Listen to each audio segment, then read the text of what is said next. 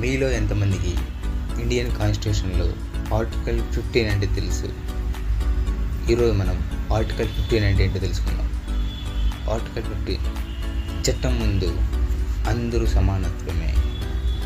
వివరాలకు వెళ్తే, చట్టం ముందు మహిళలు అండ్ పురుషులు అందరూ సమానత్వమే. కాంట్రాక్టులు, సొంత ఆస్తి మరియు నివాస స్థలాన్ని ఎంచుకునే చట్టబద్ధమైన హక్కు మనుషులకు ఉంది. అందరూ సమానంగా పంచుకునే హక్కు ఉంది.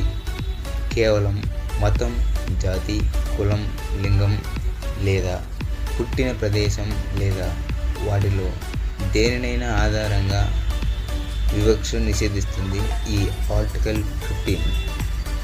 చట్టం ముందు ఎవరు ఎక్కువ కాదు, ఎవరు తక్కువ కాదు, అందరూ ఈక్వలే అని ఆర్టికల్ 15 అని చెప్తుంది.